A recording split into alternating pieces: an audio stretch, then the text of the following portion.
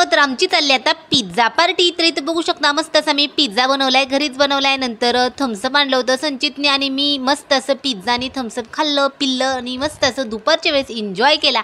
नंतर इथे बघू शकता आईने काय केलं होतं, घरीच हरभऱ्याची डाळ दळून मस्त असं बेसन तयार केले। तर आमच्या घरी गिरण आहे, तर त्या गिरणीमध्ये बेसन, रवा, गव्हाचं पीठ, ज्वारीचं पीठ सगळं काय दळता येतं। तर एवढा छोटासा डबा आहे, हा डबा भरून जवळपास 1.5-2 किलो डाळीचं बेसन बनवलं। नंतर इथे मी केलाय चहा आणि मारी बिस्किट। चला या पटकन तुम्ही चहा आणि बिस्किट खायला। संचितचं अजून पिझ्झा खायचं काम चालूच होतं। मी खाऊन नंतर माझ्यासाठी चहा केला आणि चहा पीत पीत पीत तसं बसतोय तोपर्यंत झालं काय, मस्त असा पाऊस पडायला लागला। मग संचित लगेच छत्री घेऊन असा पावसाचा आनंद घ्यायला लागला।